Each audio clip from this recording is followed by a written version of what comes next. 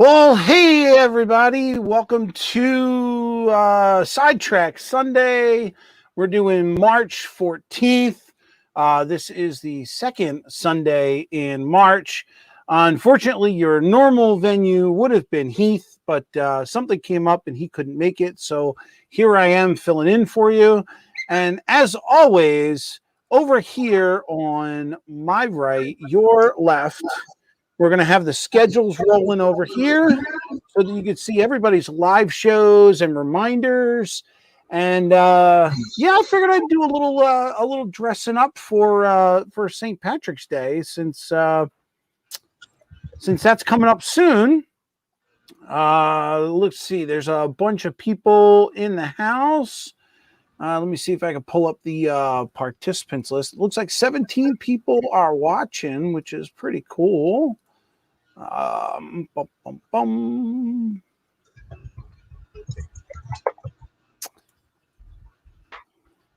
do we got here? All right, in no particular order. Well, actually, it looks like it's alphabetical order. We've got Caboose 121, CDP 1965. Dwight Curley is here. Robert from the Flying Crow is here. Inked Rails is here. Hi, Brian. James Galton is here. Hi, James. My buddy Jerry's in the house also. Joe Rader is here. John 2618. Ian from the Lehigh River subdivision is here. Of course, it lists me. I'm here, and I'm here because you're here. Roy, I'm gonna butcher it. Roy, I'm sorry. Eltham is here. Bob from Santa Fe Bob is here. John from Schuylkill River Valley is here. Of course, my buddy from the down south is here. Steve Childers is in the house. Steve 87th PSAP is here. And last but not least, Tina A is here. So here's the way this is going to work, guys. I just picked this stuff up just a few hours ago from the party store, and already the tape is not going to stick. It made it through the intro, and that was about it. So what I came up with is we're going to keep this live stream going until all of my orange hair falls out, and then we'll end it. So we'll see how long that takes. But for right now, out of 5 pieces, we are 1 down. As always, my ride or die buddy is hanging out down in the green room. Everybody give a big hello to my man, Jerry. Hey, actually, Jerry, I'm going to make you small just for a little bit so people can finish looking at the list of live streams over there, and then I'll bring you up real big. How you been, bud? Doing pretty good, man. How about yourself? Oh, I can't complain. Well, that's good. Another day, another costume. Just want you to know, I'm not sticking around till all that falls off. It could be 10, 12 o'clock. Something tells me the way I'm sweating in this getup, it's not going to take long. Not at all. So I unfortunately, I'm not sure exactly what's going on with Heath, but he texted this morning and said that he couldn't make it tonight and needed to bail out. So he asked me if I could fill in for him, and here I am. Unfortunately, I don't have much that I can share you. I actually was working on. All right, we're 2 out of 5. I was working on. Oh man, this is going to be a hell of a show. Thanks for coming. I was working on one part of my my layout that I put out a video a couple weeks ago about, and I've been working on that. So I figured I'll show you an update on that, and I'll take you in the train room and we'll check it out live, and I'll show you exactly what I am working on. Looks like everybody over in chat is saying hello and getting everybody in here. 32 people on board so far. Let's go ahead and get rid of that. There we go. And bring Jerry up here. Again, I don't have much. Jerry, you all right, buddy? You look like you've been in a fight.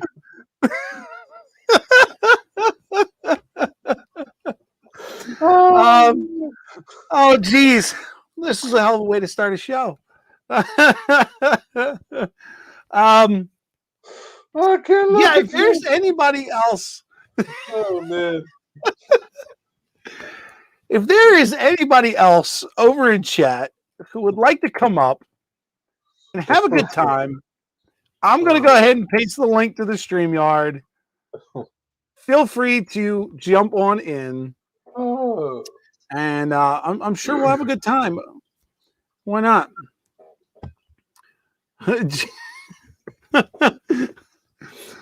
Lackawanna Rail fans says Jerry can't stop laughing.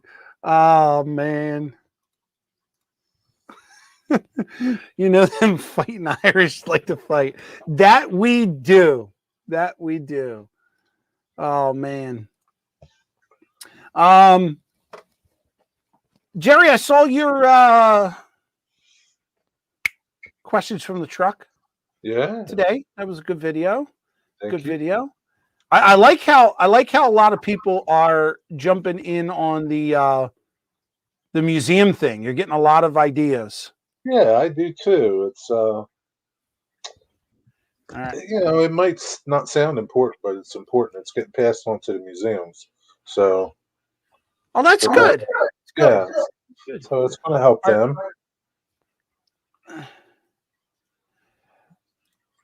Now, who's passing? Thank you, Tina. I appreciate that. I believe I kicked your butt a couple times growing up. I wouldn't go there.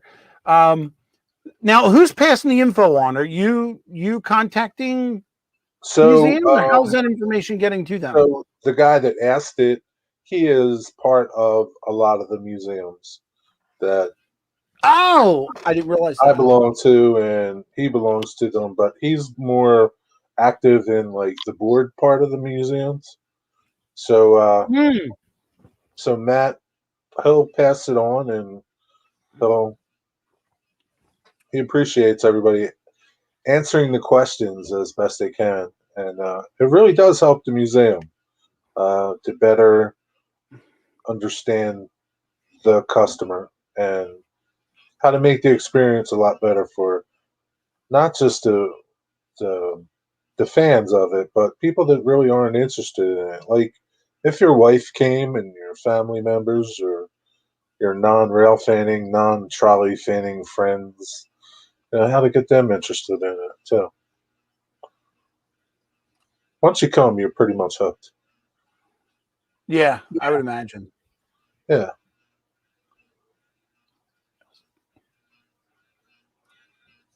Hey, Carl.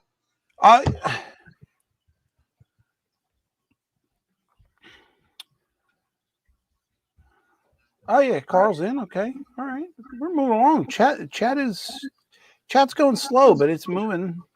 Everybody's still saying hi. It's still early. We're only 8 minutes in. You lost 2 already. 3. Oh well. Well, No, I guess I'm not important. I don't have any thumbs down yet, so I'm not an important person. I'm talking about your. Oh, my hair. Yeah, I'm 3 down. I only got two out of 5 left. So yeah, who knows? This might just go quick.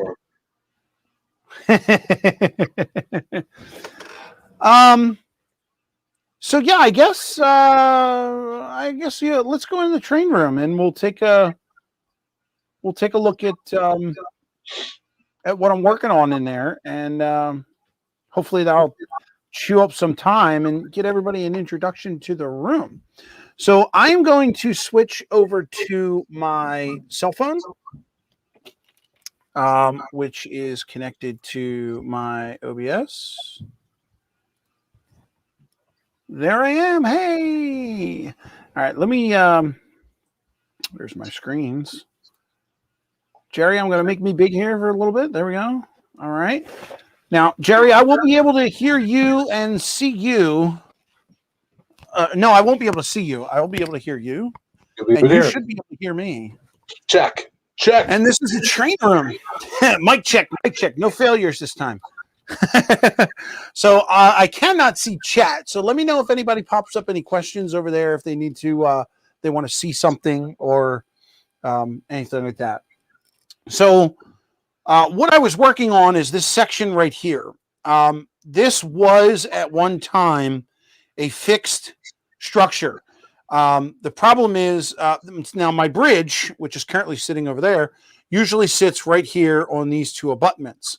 Now, I'm not sure if you guys know it or not, but I'm 6'5", and it's very, very easy for me to get hung up on this thing when I'm going under. Surprisingly, I can clear the bridge. There's about a 4-inch, maybe 5-inch gap right here. That's the height to the bridge. And I cannot make it under this thing without my back scraping the bottom. So I put out a video a couple of weeks ago about how I was rebuilding this part, because I had to take it out at one point because I had some contractors in here doing some work. I had some work done on my internet, which is in this room, and the technician came in, and he's got to get over there. And he looked at that and went, "Yeah, sorry, dude, I'm not touching that." So while he was waiting, I had to get my drill out and take this all apart so that he could get in there. The rail at that time was all, I think it was 2 pieces of flex track that went all the way around and connected to that side. So I literally had to cut rail there and cut rail there. And it really never went back together right. So came up with another plan, and now it's going to be a drop down. And if you were following the video I put out a couple weeks ago, what you'll notice is, I'm going to see if I can put this thing down on a tripod here.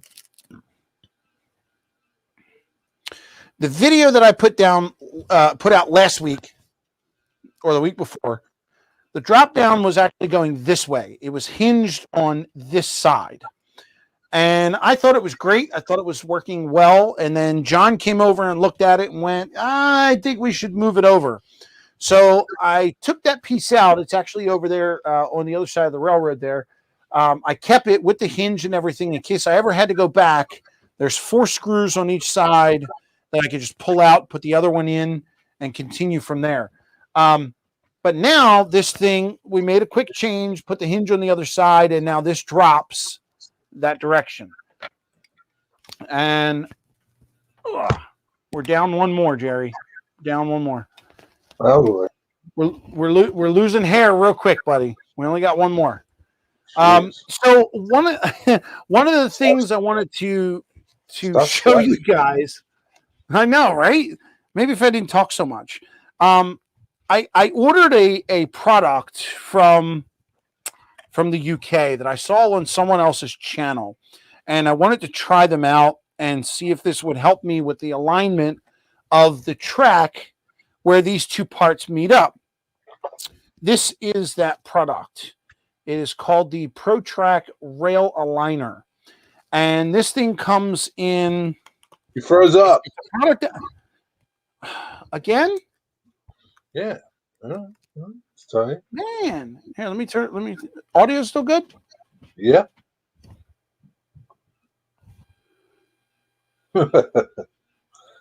So Dwight weird. says it must be cold in there. You're frozen.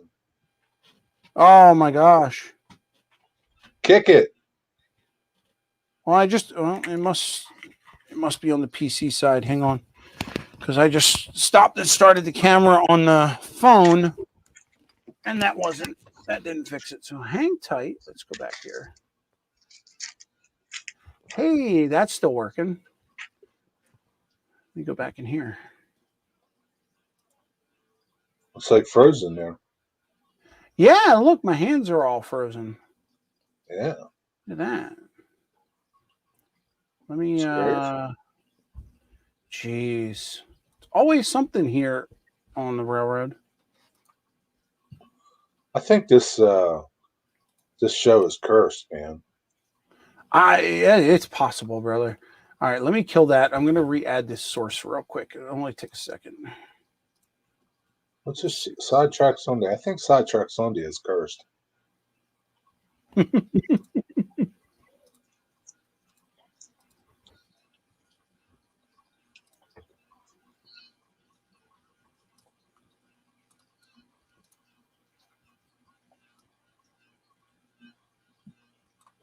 There we go. That should be the new source. Yeah, it sure is the curse of the leprechauns. All right, let me run back over here. All right, we're live again. All right, so now the bridge is down. In case you didn't see that from when it froze before, now it lifts and drops on this side. So the product that I got from the UK is called the Protrac rail aligners. And the way these work, they're two pieces of they're computer circuit boards, basically same kind of material.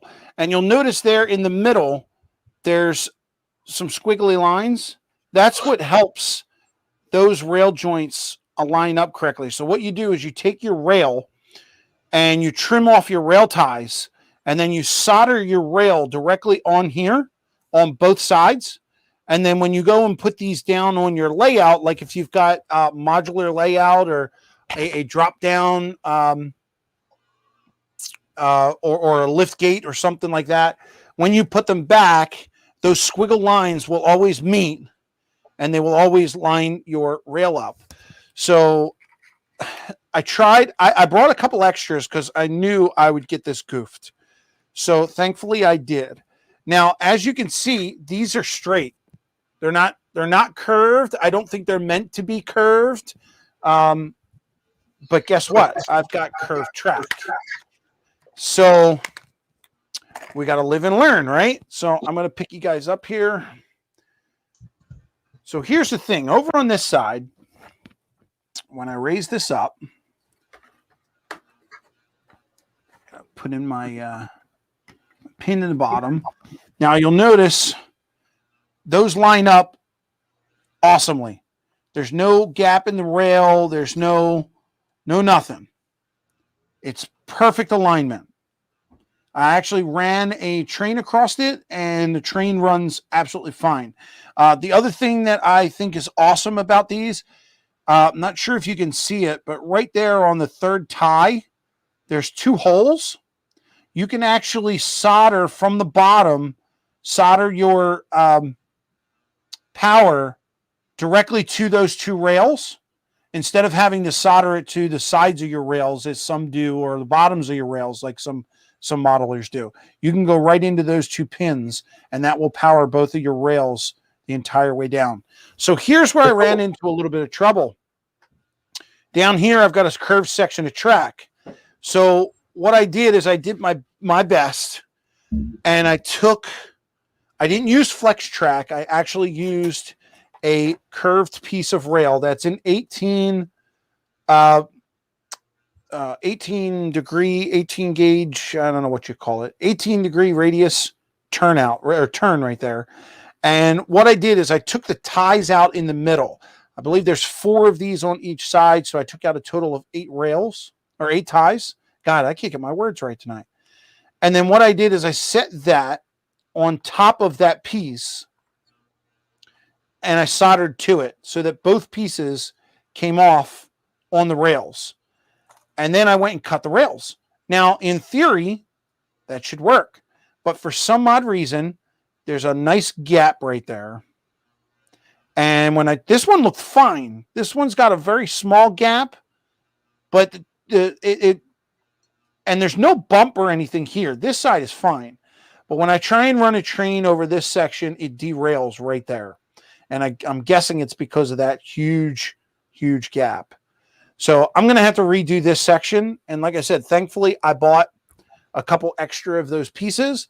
There is another product that these guys make that I invested in.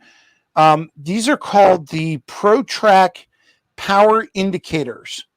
And these are basically a red and green LED that's in the middle, and it's got this. It's built on the same computer board. I think it's called a PCB board, and it's got those the metal conductor points there.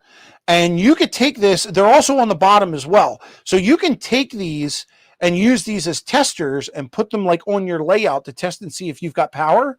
What I also saw another modeler do is he was actually using these and putting them underneath of his rail. He was actually removing ties, putting these in on his track permanently. And when I'm not sure exactly how he configured it, but when the train or locomotive rolled into that section, it would light up to let him know that that section was occupied. It was in a yard section. It was really neat. I got to follow up on it because I might just do that. But just to give you an idea, there's another product that these guys make that I thought was really cool. Right now, I'm just going to use it to test power, but it comes in a 5-pack, so there's plenty there if you run into an issue. Now, if you're running DC and you put this on your track, if you put it in one direction, you're going to get a red light. If you flip it over and go the other direction, you're going to get a green light. That's going to tell you your polarity. If you put it on a DCC track, you're going to get an amber light. And that amber light is just because the red and green are on at the same time. So it can be used for both DC and DCC. So not that these guys, I promise you, I'm not getting paid by these guys. This is not a promotional video, but those are just two things that I picked up. And I'm definitely going to do a follow-up on these once I get that one curved section redone, because I'm really not happy with it right now. But if worse comes to worse, because I saved that other section of track, which is right there underneath the level, I can always put that back in here and do the drop going in the opposite direction.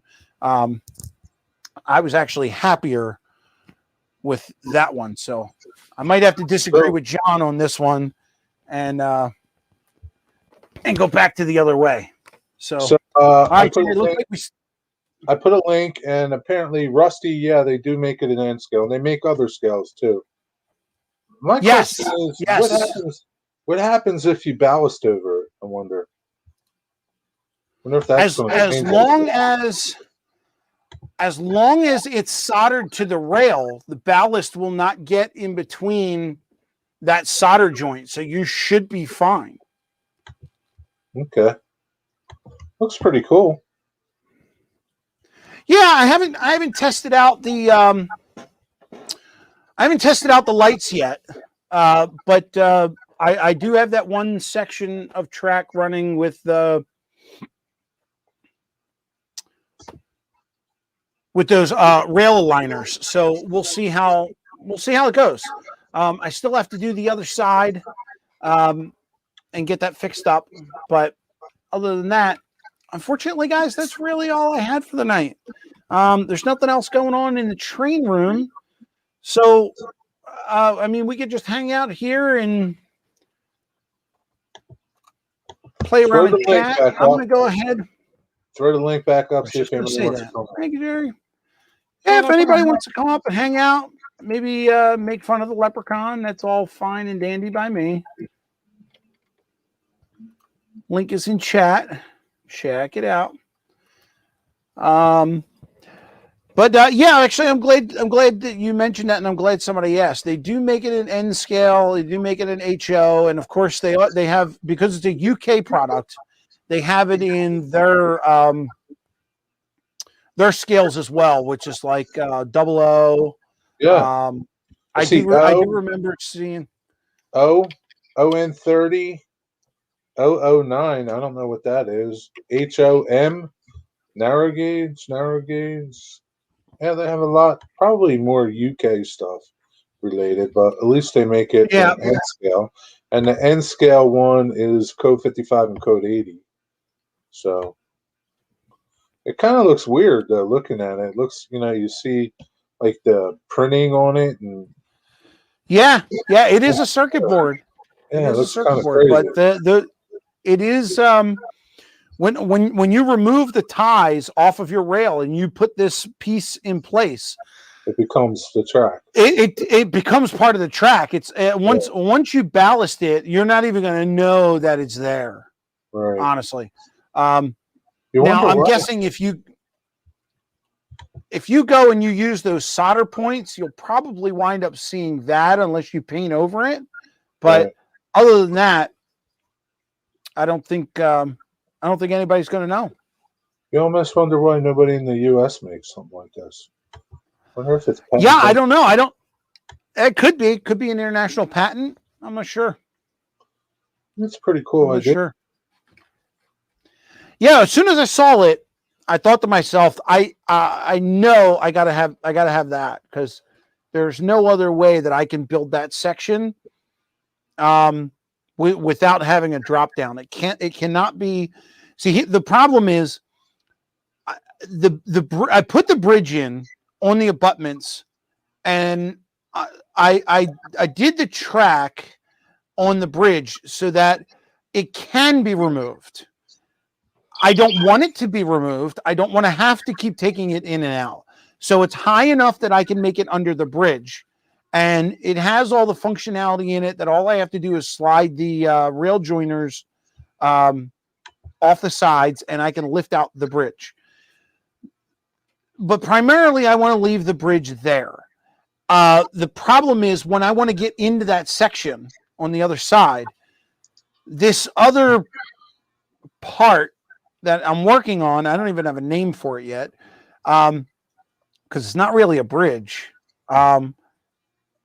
This section, if I made it a lift out, when I get onto the other side, there's no way for me to go over top of the bridge to drop that back in. Because once I'm on the other side of the bridge comes up to here. So imagine me trying to lean over that fabulous, fabulous bridge that I built and trying to put this section of rail in. It's just not going to work. So a drop down is the only option, and it seems to be working. I just have to get the quirks out of it. Yeah, it's a cool idea. And I'm surprised, like, hey, nobody Randall. over here sells it. Like, yeah, I don't know. Yankee Dabbler doesn't carry it, or I don't know. Because it took you a while to get it, right? Yeah, it did, but not on the fault of the manufacturer. It came over when I ordered it. I think I ordered it on the 12th of February, and it actually got over here into the U.S. probably somewhere around like the 15th. So within 3 days, it was in New York. But unfortunately, with all the issues that the post office is having with delivering mail, it did not leave Jamaica, New York until the 28th of February. And I didn't get it in my possession until somewhere near like the 4th or 5th of March. So it was almost a month, pretty close, a little bit over 3 weeks till I got it. But no fault of the manufacturer. Yeah. They got it over here in the United States, quickly. It's just a post office. Yep. Things are make a double lift bridge on tracks, lift straight up. Yeah, I mean I could do that, Container Man. I'm just I would be I'd be concerned of the weight, and if you knew me at all and how clumsy I am, like I said, I would rather leave that bridge intact and not have to move it. This way, I'm fearful every time I take it out, because taking it out and putting it back in, some of those pieces are fragile enough that they snap. And thankfully, I've got some spare parts that I got from Central Valley Model Works. So I've already had to replace a couple because of my dumb laziness and not being careful.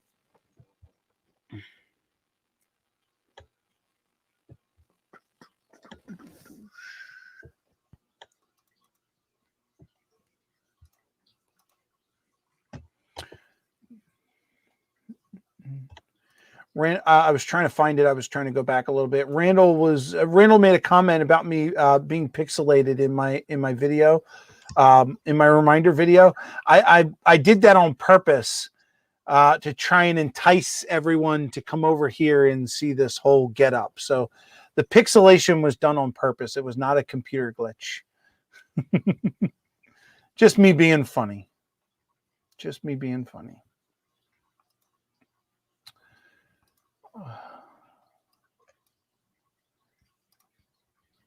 I've been trying to get a hold of you for a week.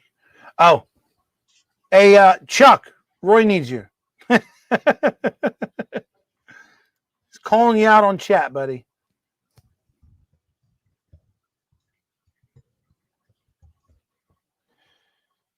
What are we, a messenger service here? Ray is saying, Rick, you can't curve a straight. I understand that, buddy. I understand it. But damned if I'm not going to try, pal. All right, Jerry, this one's just bothering me now. So that one's going to go. All the hair's gone. Half hour. It lasted half an hour. There you go. Hey, Digger, how you doing, buddy? I'm sure we got a bunch more people in here that I probably didn't mention from before. Of course, YouTube doesn't populate the participant list as well as they should. Actually, I think some of these people are hidden. It must be, because there's only 1, 2, 3, 4, 5, 6, 7, 8, 9, 10, 11, 12, 13, 14 people that are listed in the participant list. Oh, there's someone new that I haven't seen before. Gus Hadley, the lunatic from Arno. Well, Gus, welcome.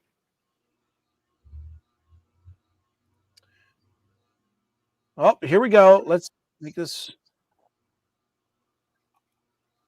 We got Robert coming in. Mr. Where you at, Robert? You're all dark. No mic. No sound.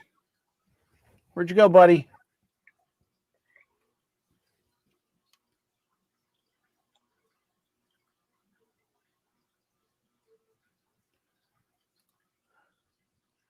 The other leprechaun has no hair either.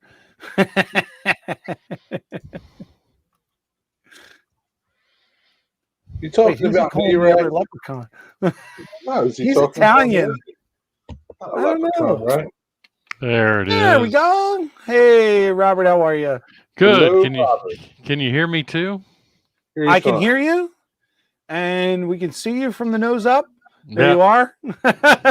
Move the camera down. Welcome aboard, my friend. There you go. How's it going? Good. How you doing? It's going. Good, Jerry. It's going. What's new? Just trying to get a railroad finished. I think it's going to take me 3 or 4 more years.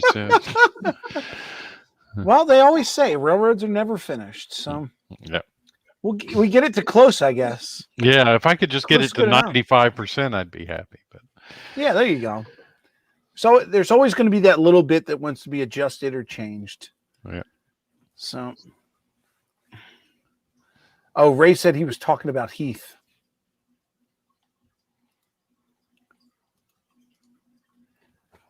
Oh, I get it now. Heath has no hair. I get it. All right. Yeah. All right. Took me a minute, Ray. Took me a minute. I got you, buddy. let's see. Dwayne said hi. Hi, Dwayne. Yeah. Everybody's still saying hi. And Roy and Roy said flying pigeon. Digger. Yep. That's it. And Roy. Yeah. That Roy. Yeah. The other Roy, I said hi. The Roy Eltham. So, but then yeah, you see Roy Container Man said, "Hey, flying pigeon." Yeah. There you go. Lots of folks can watch unless they are signing in. YouTube, you didn't see them in the population. I see 39 watching, it says to me. 39. I'll take 39. I got 19 likes. I guess I'm not popular. I don't have a thumbs down yet. So either I'm doing something right or I'm doing something completely wrong. Can never tell. Yeah, Vinny was saying the other night that somebody just thumbs him down the second it starts, the live stream starts, and I'm like, who would do that? I've seen it on a couple channels. As a matter of fact, Heath has that too. When Heath does his Friday show, his Friday afternoon show, from the time he posts the go live thing, and before it starts, he's got like 3 thumbs downs. Yeah, isn't it crazy? Ray says, I'm in twice. Well, good. Stay there, buddy. It's good for numbers. Good for numbers. No, John, you don't have to, buddy. Oh, well, look, I opened my mouth. Somebody did it twice. There you go. I'm popular.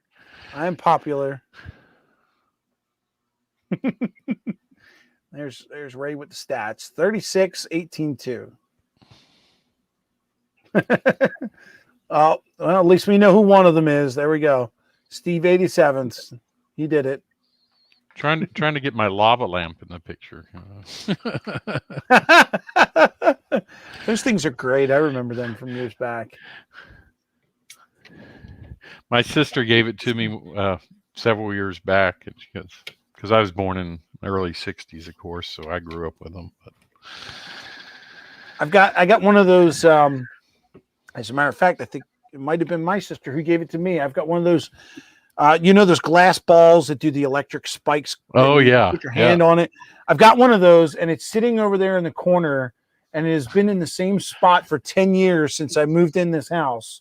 And I've always wanted to put it out and turn it on, but I don't have any room for it because it's like 12 inch or 14 inches wide. And I'm like, but I love it. And I wish I could get it out. you gotta do that behind you when you do a show. That would be great. Maybe I'll put a shelf up like right here. Yeah, there you go. and just have it sit right there. That'd be awesome. I've never seen one. Does it just like spark all the time? It doesn't. I wouldn't say that it's a spark, but it's some sort of. I wish I had Sparky here. He could probably explain to you exactly what it is. It's a big glass ball, and it's got a thing that pops up through the center. It looks like it's got some kind of metal pieces or fragments in it, and there's electrical sparks that shoot out towards the glass and in all directions. And then when you touch it, it shoots to your hand, and you don't feel anything, but it just kind of sits there. They were awesome. They were big back in the 80s. Brian's here. Brian Page, my newest favorite YouTuber. Cat decided to join us. Hey there, buddy. What's your cat's name? His name's Punky. Punky. Punky. Huh? Punky was a little thing. He was like a runt, all ribs and everything. The vet said, when we got him, the vet said, oh, he was just 4 weeks old. The vet said, oh, you need to really feed him. And last time we went to the vet, she said, you can stop now.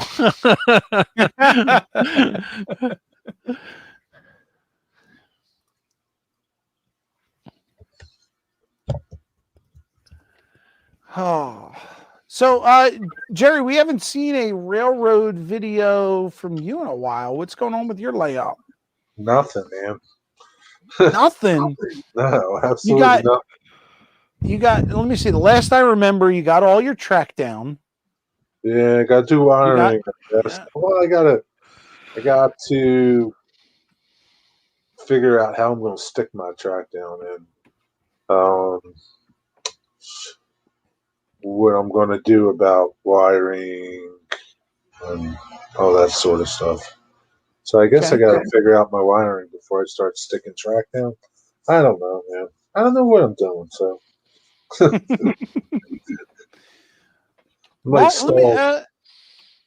you're stalled. Yeah. I'll have to see if I can find some time now with the weather getting better. Maybe I could stop down, one day after work or something, and come on down. We can work on it. Yeah, that'd be good. Get me going, and because I'm really I'm at a crossroads where I don't know if I should glue my track down yet or start trying to run the wires down, and how many wires. I don't know, I don't think I need that many drops, but it all depends on what you plan on doing. If you ever plan on doing honestly, to tell you the truth, your layout is so small Yeah. Not saying this, size matters. But yours is smaller than like what most people would do. Like the first layout is like a 4x8 sheet of plywood or a layout on a door kind of thing. Right. But yours is even smaller than that.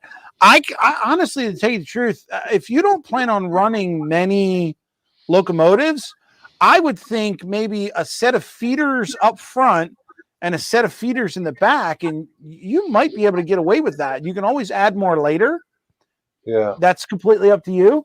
But you also have to take in mind, if you ever plan on doing anything like block detection or any kind of like power management or districts. I don't even know what that is. Creating districts is when you separate certain pieces of track and put them on their own feed to the power source. So this way, if you're running two separate trains and one of them derails and crosses the track and makes a short, it shuts the whole system down. But if you do power districts and you run those districts directly back to your power source with some sort of like a circuit breaker or a short protection, then the other train will keep going while the other one is shut down. Even DCC? Mm-hmm. Yeah, you can do it with DCC with DC. Sure. I plan on using DCC. So does this power district thing matter? It will. And well, put it this way. Imagine, I'll give you a perfect scenario. In my layout, I've got 3 main tracks. Now, originally when I got everything set up, this was maybe about a year ago, I have 2 power districts. I have my main command station, which puts out a 5 amp service. And then I have a booster, which puts out another 5 amp service. So if one of them shorts, the other one still goes. So I had an issue a while back where I left the layout on, but none of my locomotives were running. And I forgot that it was on. And we had a power surge. The power blipped in the house for like a quick second. When it came back on, for some odd reason, it turned the locomotives on and they started to run. And one of them derailed. And it derailed on a joint exactly where the 2 power districts broke. So the problem was the front truck was in one power district, the back truck was in another. So the part that actually went shorted shut down. The part that didn't stayed on, and the truck was running in place. Kept running. And it completely melded out the truck. The axles fell off. I had to rebuild the entire front end of the locomotive. Now, that's a freak occurrence. Right, yeah.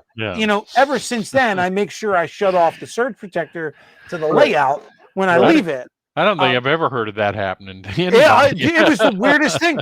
Because I came down in the basement and I heard the sound of the other 2 locomotives that were on the track. And I'm like, wow, did I leave it on? And like I couldn't figure out what was going on. And then when I came down, I saw the other one was still running. And literally, like it was a 6-wheel axle truck. And the one axle was completely off. It melded right out of the truck. The middle one had bowed like this. And the last one, the third one, was still on the track and still running. And that was the only thing that was keeping it still powered. Wow. That's the luck of the Irish. Yep. So I had to go. It was one of those Walther's mainline units. So I had to contact them, and they had to send me a spare part. Of course, they had to find it. Walther's takes their time on everything. And it took like 3 weeks for them to send it out. But yeah, it was the weirdest thing.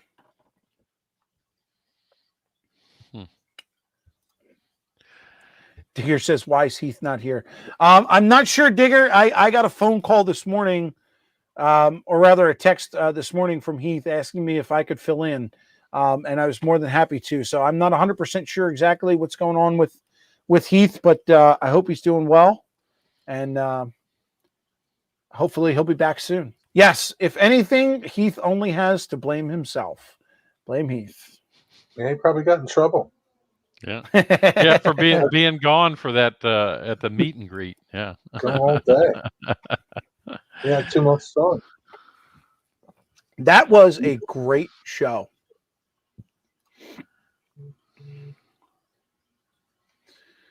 Ray said that's why I unplugged mine at the end of the night. Yes, and I have been doing so ever since. Actually, I saw my buddy from down under. What's his name? Steve Childers has one of those automated Wi-Fi plug thingies hooked to his layout. So I stole his idea and I grabbed one of those, and I keep that on the layout also, so I can start and stop and see the status of that plug on my phone now, so I know if it's on or off. So if for some reason I forget to turn it off when I leave the basement and go upstairs, I can always look at my phone and just click a button and it shuts it off for me. Highly recommended. It's an awesome tool. Hey, Anthony Dodge.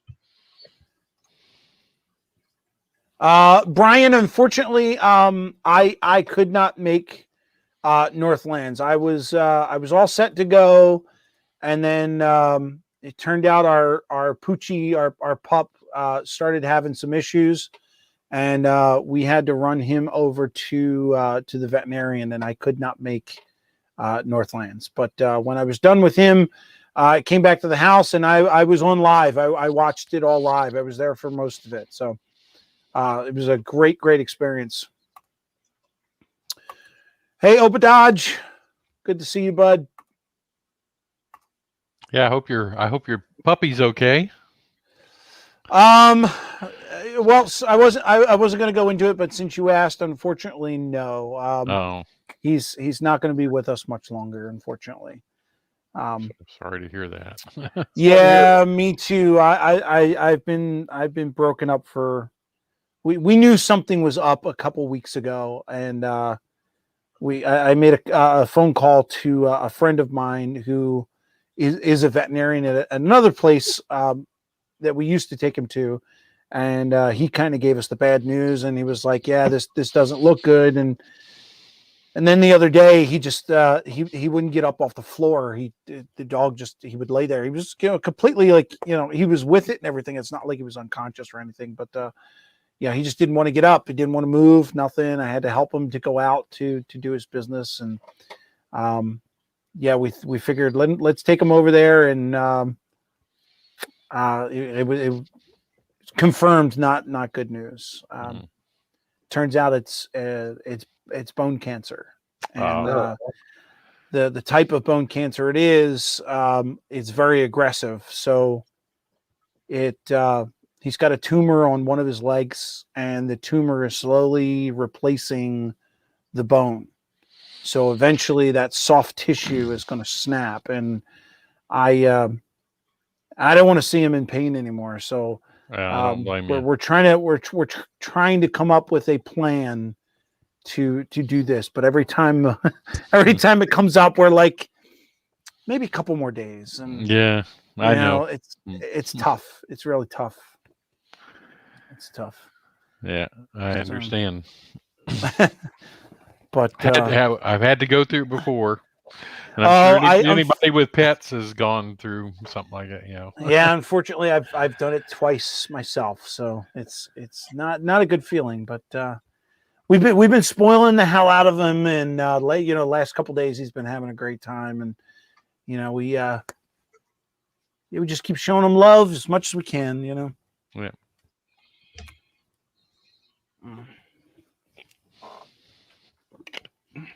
Lucky enough, the vet was understanding enough that she gave us some pain meds. So he's on pain meds. He's not feeling any pain at this point. So good. He's just enjoying his last couple days. So, but how did we get on this subject? I don't.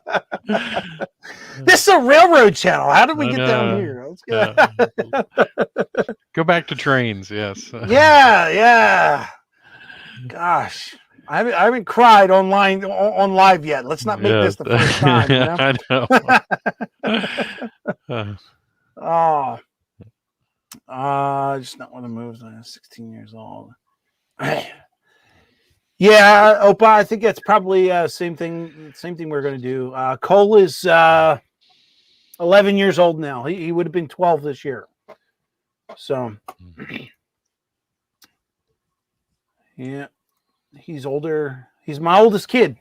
Yep. So.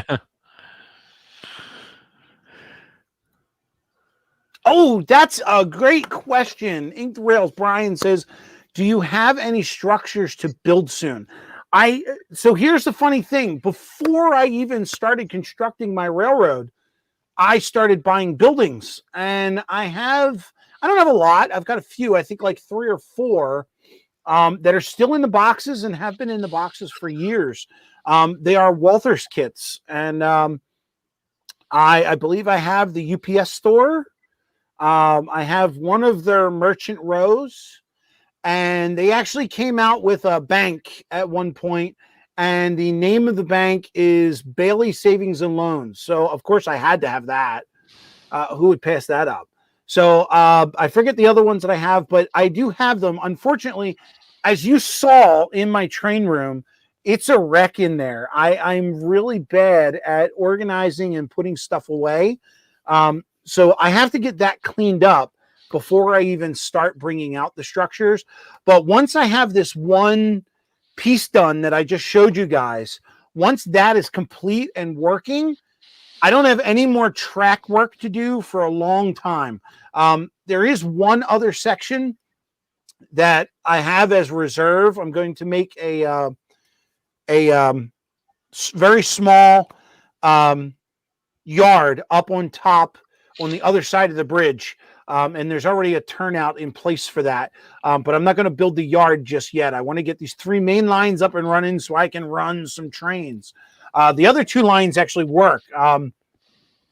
Jerry and I were just talking before the stream started, and I had mentioned to him that I was going to have the trains running while the stream was going. This way, when I was in there, you guys can see it.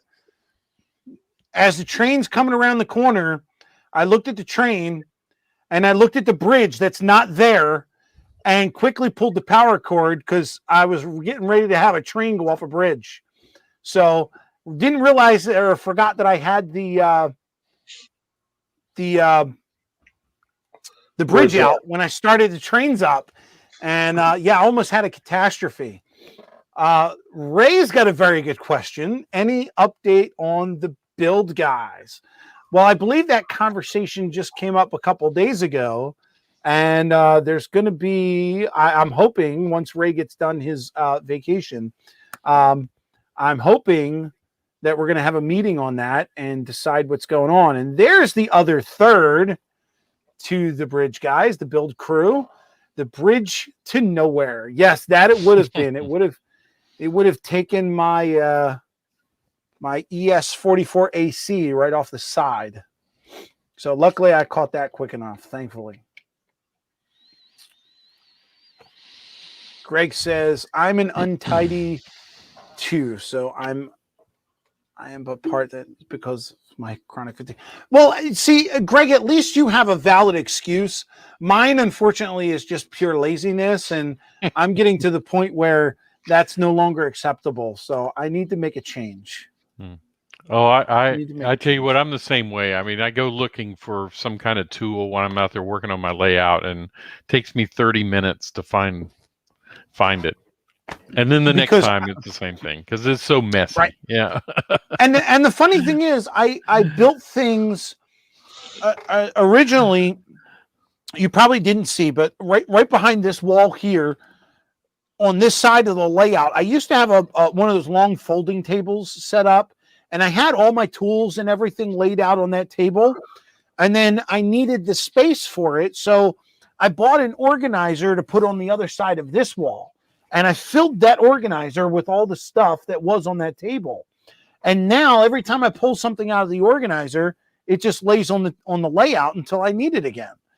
And now the organizer is empty again because everything is back on the layout where it was before I put it on the table, before I built the organizer. We came full circle here. Yeah. Yep. Yep, exactly right. I put things down, and the problem is I'll put a tool down, and then I'll go do something else or something else related to that project, and the tools that I'm using there will go on top of the tools that I put down before. So now I got to rummage through all of it to find the first tool, which is on the bottom of the pile. Oh, it's a mess. I'll figure it out. Jerry, I got to get you over here to give me some ideas for organizing, because you are awesome at it. Just put your stuff away, man. It's not that easy. Well, it doesn't matter, Jerry. The problem is it keeps coming back out. Yeah, I put mine away, and they still disappear. Yeah. See, I guess you're used to just leaving it out. If you put it away when you're done with it, then you don't have to worry about it. Like, you don't get in the habit of leaving it out. You know what I'm saying? So I'm not going to use I'm not going to use this as an excuse, but I'm going to throw it out there just in case. But a lot of times I'll be working down here and I'll get called upstairs by either my scheduling coordinator or the three Hellraisers, and then I got to leave everything and go there. Right. I think what happens to me is in the middle of the night, there's fairies that go into my train room and move the tools around. Probably is just to aggravate. I believe that. Hey, Brian, have a good night, bud. I appreciate you stopping in. Good night, Brian. Take care. Hey, Dave Thurber came in to join us. Where's Dave? Hey, Dave. Good to see you, bud. Good to see you. Dave, I drew a little bit of inspiration from your build with the swing bridge that you're doing. As far as with the I can't think of the hinges there. So thank you for that, for turning me on to that. I appreciate that.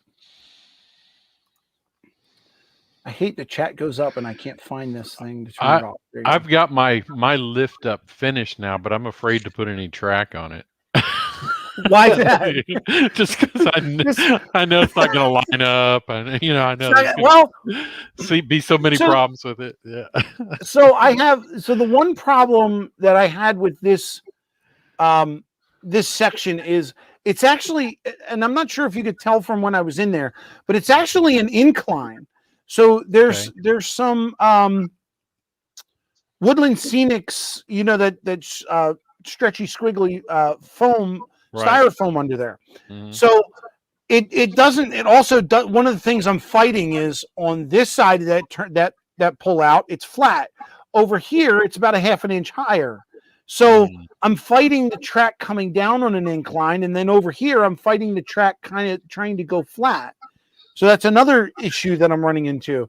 Otherwise, if it was a straight run, I'm pretty. This would have been a no-brainer. But you throw in the incline and you throw in the fact that it's on a curve. I'm just running into every problem I can think of. Well, did you can you finish the incline on the lift out section? I mean, can you get it straight before you go to the layout? No, there's not enough room to do it. Okay. And I thought about changing the direction of the way the track was going, but that wouldn't have worked either. I wouldn't have, no matter where I sent the track to try and make it turn back around, that turn would have been less than 18 degrees, and it would have, or 18 inches, and it wouldn't have worked. Anyway, right. James wants to see my lift up section. Yes. I hate to show James anything. James is such a good carpenter. I hate to show him anything. I'm telling you, James' layout is awesome. Dave said he's pulling his hair out with his incline. So the one thing that I learned, what I was actually getting to, got a little sidetracked there. So I got the Woodland Scenics incline in, and then on top of that, of course, there's your plaster cloth, and then on top of that, you put your cork down. Well, by the time you get the plaster cloth on, it makes its own ridges and inclines as it settles in and gets hard. By the time you put the cork on top of it, you've already got ridges and things in the cork. So you have to sand that down flat, the cork, in order to get a stable surface for you to put track on. Because if you don't do that, you're going to spend a hell of a time after that trying to put in little pieces of either plastic or tape or something to change your inclines or your track where it waves to get it straight again. So I definitely made sure that was one thing I did. I spent hours going through and just sanding it to make sure that it was smooth and it met up on both sides. Oh, here you go, Jerry. Here's one for you. Yeah, I've seen that. Dave, look $47 one sheet. You guys that are like trying to buy some good plywood, look for your local cabinet shop or something. Sometimes your small cabinet shops will sell you some plywood. I sell plywood to some people sometimes. So, I mean, and they'll hook you up with a better price probably because they're buying it wholesale where the lumber yard is, you understand what I'm saying? Yes, no, maybe. Yeah, sure. That makes sense. So Dave, look around for a local cabinet shop, a little guy, and see if they'll sell you some plywood, some good plywood. If I'm not mistaken, what you say, no? did you see Sparky's latest video where he tore apart his helix? I did. He had made a mention in there when he rebuilds it. He's using plywood that's $70 a sheet. Yeah. $70 a sheet. And he's only going to use part of it. I mean, he's only going to use he's going to use what? A couple inches of it. You can actually lay out sections. If he's cutting in sections, you can lay it out to use a lot of the plywood. Oh, okay. And not have a lot of waste. Oh, I remember he said, you could see it from the video. He did the last one in quarter turn sections. Okay, so there was four pieces to a turn, but I don't know what he plans on doing this time. Yeah, I mean, actually, as a matter of fact, what's his name? It'll come to me. Give me a second. Ron's Trains and Things. He's building the helix for his layout, and he's doing it differently than his old layout, where this time he's doing full circles. So he's going to have a lot of waste left over. But he didn't mention how much he paid for it. But I can only imagine that's some expensive firewood there if you got no other use for it. Yeah, for sure. Yeah. You want to try to use as much of it as you can. CDP says make your rings like 4 to 5 pieces and use more of the sheet. Yep, that's the plan. It would seem wasteful if you didn't. Yeah, for sure. Especially at $70 a sheet. Right. Yes, Chadwick just did a helix. If you're talking about Charlie, and he had his built, and I believe his was done out of, I want to say it was MDF, but I could be wrong. But he had his built by the automation company. I can't remember. I think it's DCC Automation. There's some people on eBay that do it. I've seen like you can buy a helix and whatever size, and it's maybe $300-400. I mean, I don't know if that's a lot, or I don't think that's a lot. I mean, considering the time and the precision that they can get, that maybe you can. You know, I don't. You know, Sparky was saying he priced his out, and being that he's going 9 layers high, I think he said his was somewhere around like $2,000 or $2,500. Yeah, that's if a he lot was of to money. have it built. You can get one almost made for that much, you know. Yeah. Yeah, that's a lot of money. But Yeah. the ones I saw on eBay, I don't know. They were $300 or $400. I don't know how big they were, or you know, Yeah. I don't. You know, I mean, if you can use something like that, that's not bad. But if it's going to cost you $2,000, then Yeah. you need to find another alternative. Yep. Ray's got the right idea. He said, "Glad I stayed away from the helix." I did too, Ray. His next question: how do you ship a helix in It's pieces? all flat. It's all flat. All And you comes put it flat. together. Yeah. So it's packed. You know, it's packed flat. Yeah, I would stay away from the helix. Yeah. I don't know why guys do them. I mean, I was warned. I was thinking about a few Hey, years ago Trigoglin. building Good to see one, you, and bud. I was Hey, really Pappy. warned to stay away. yeah, I mean, I was don't know. lucky enough on mine. I do have a helix. It's only like 4 layers deep, but I have the helix in one corner. It's kind of all it does. My bottom layer is a yard. My top layer is where all the main lines are. So the only thing that's coming from below to come up is when the switcher or a locomotive goes down there to pull a train.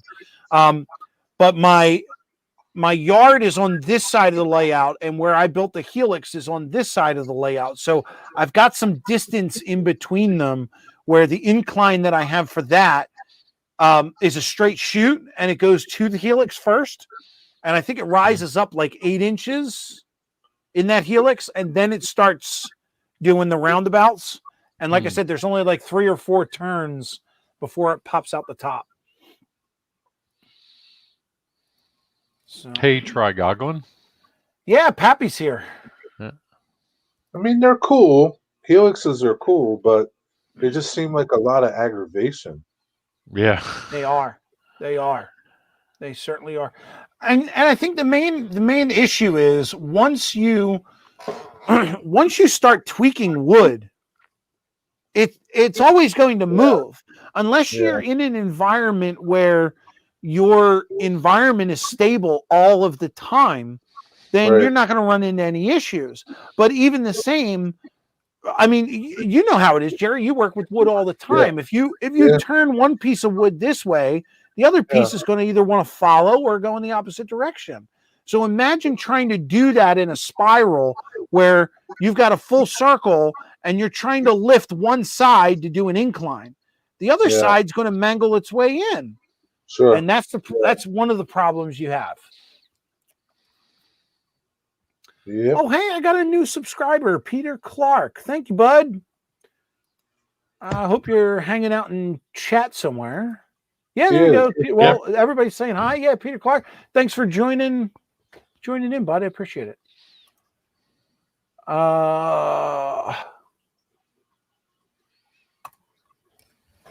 Yeah, so thankfully my yard is fine. Unfortunately, I haven't used it in a while, so I got to clean it. The helix as well. But I've been focused on this top deck for the longest time, trying to get this finished. So sooner or later. Yep. Yep. Hey.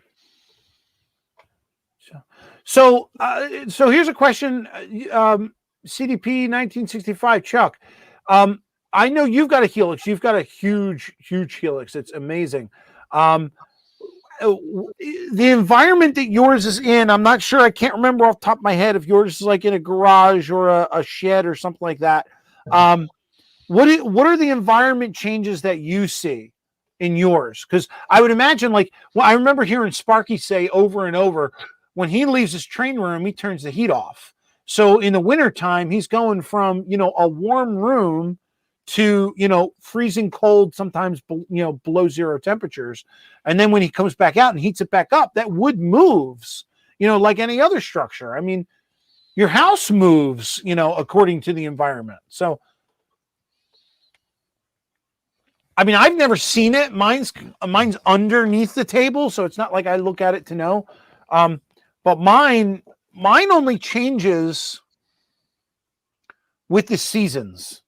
So the room back here during the winter is usually somewhere around like 60, 65 degrees. And it stays like that all year round. But in the summertime, of course, it gets warm. And there's this part of the basement that I'm in is finished. It's got carpet, sheetrock walls, drop ceiling, all that.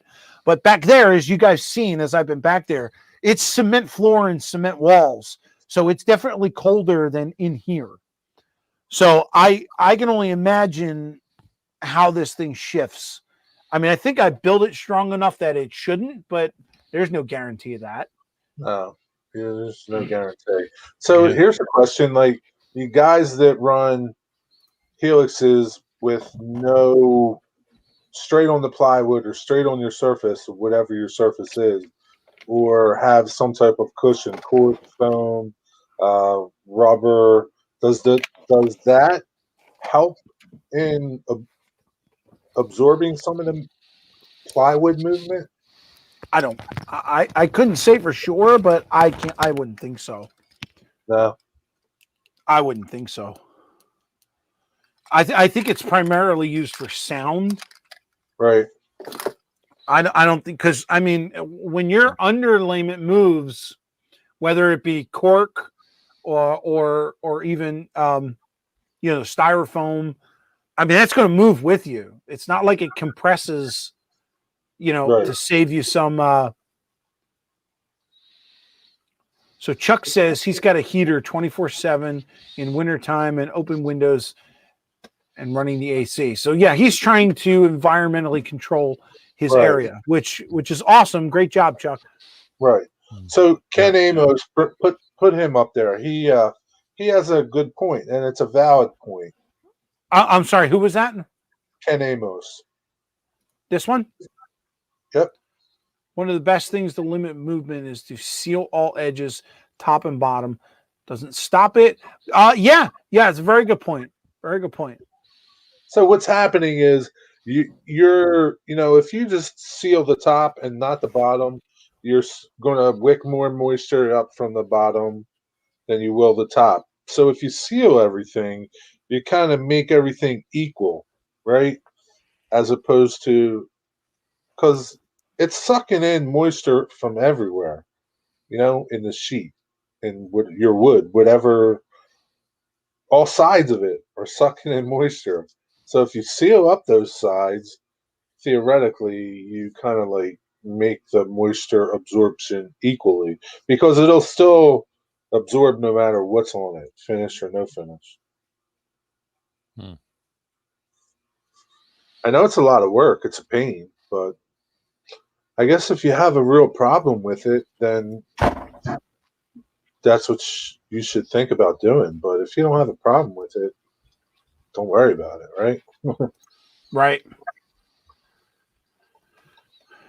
Yeah, I mean, ideally, yeah, if you can keep the room at a constant temperature all the time, just like your house. I mean, but if you're in a shed and you don't want to heat the shed in Canada, then yeah, you're going to have problems. And probably you're going to have problems if you spend $10 or $70 on material.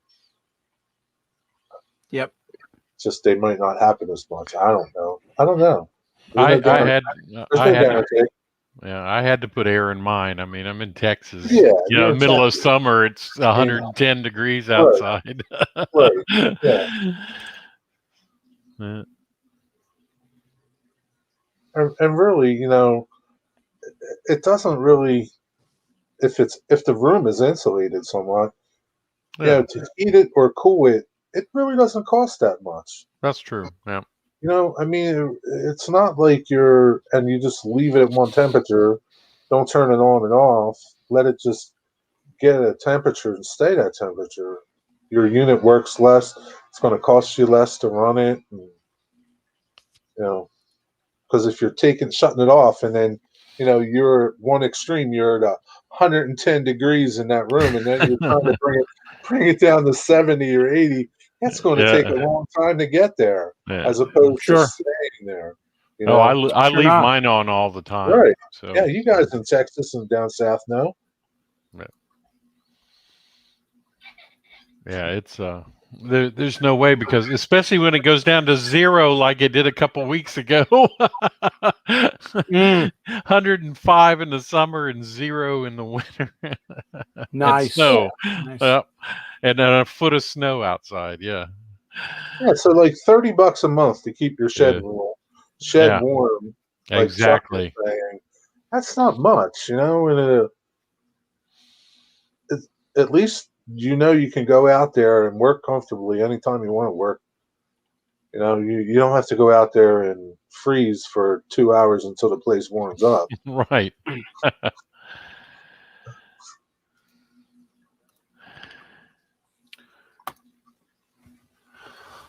Well, gentlemen, we somehow were able to fill up a little over an hour of time here, which is It was a good awesome. show. Thanks for Awesome. coming on, Robert. Yeah. Hey, thanks for Yeah. having me. Yeah, anytime you want to jump up, if you got some free time, just holler up and let me know. And like I said, when I'm here on Sundays, it's always open to anyone. So anyone who wants to join, more than welcome. So, all right, with that, guys, I think I'm going to close it out here and leave it at that. Don't forget, I believe next week we're going to have Jason is on doing his Sunday night Sidetrack Sunday, and then following up with that should be Ray to bring out the month in week 4. Unless something happens between now and then, I probably won't be back until May. That's when the next fifth Sunday comes up. But as always, these guys, keep me on my toes, and I fill in where I can when I can. So I got the opportunity to come up tonight, and I appreciate you guys coming along with the journey and getting this done for me. So if you guys have any questions or comments that we didn't cover over there in chat about anything here on my layout or anything that we discussed in chat, throw a comment in there. I will gladly see if I can answer it or get you an answer if it's not something that I know off the top of my head. And we'll keep the information flowing. That's what keeps this community going, just keeping everyone apprised of what's going on and all the new tricks and trades, and get the ideas moving to the next generation. So, all right, with that, my rail rider friends, I will catch you on the next run. I appreciate everybody being here. Have a great night. Thank you all. Good night, folks. Thanks. See you later. Good night. Enjoy your week.